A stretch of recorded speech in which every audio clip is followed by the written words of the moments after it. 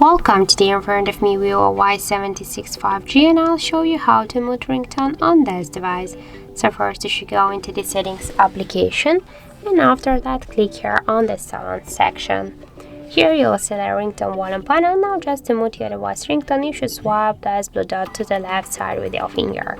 And also we have the second way how we can do that. Just first be sure that here in volume buttons control you have selected the ringtone, not the medium. So if you have selected the media, switch it to the ringtone here. And now just by use the volume buttons here on the right side of our device, press up or down volume button.